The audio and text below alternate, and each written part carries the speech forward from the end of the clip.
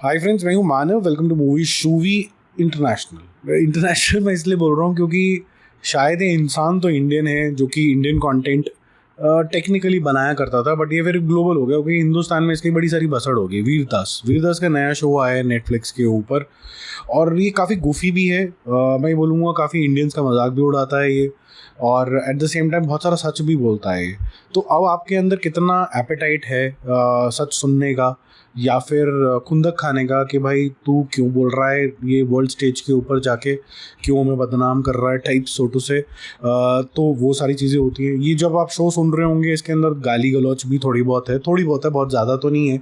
लेकिन मेरे ख्याल से जो वीरदास अभी तक शो करता आया है उसके अंदर एक तरीके की ना ह्यूमन इनसाइट होती है, एक ऑब्जर्वेशन होती है कि हिंदुस्तानी कैसे बिहेव करते हैं, कल्चरली ले लीजिए, जेन जी कैसे बिहेव करते हैं, मिलेनियल्स कैसे बिहेव करते हैं, ठीक है। उस तरीके की जो कॉन्वर्सेशंस हैं आज के डेट के अंदर, उस कॉन्वर्सेशन का क्रक्स क्या है और उसका पीछे रीजनिंग क्या है, वो मेरे ख्याल से इस बारी वीरदास ने बहुत अच्छे तरीके से पकड़ी है।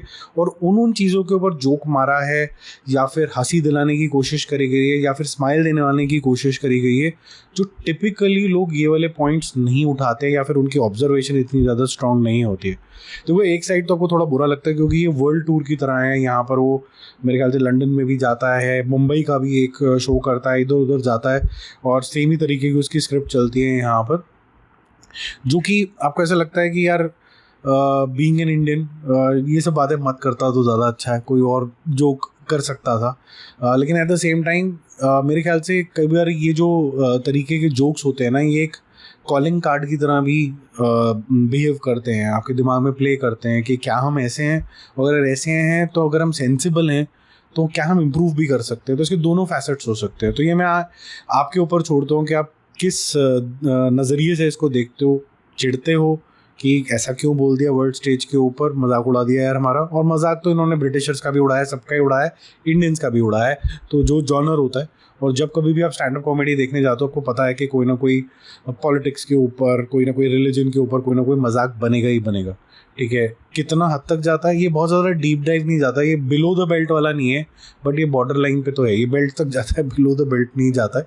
बाकी आपकी क्षमता के ऊपर आप कितना इसको झेल सकते हो। अगर कोई भी इस तरीके की बात आपको झेल लगती है तो फिर आप इससे दूर रहें।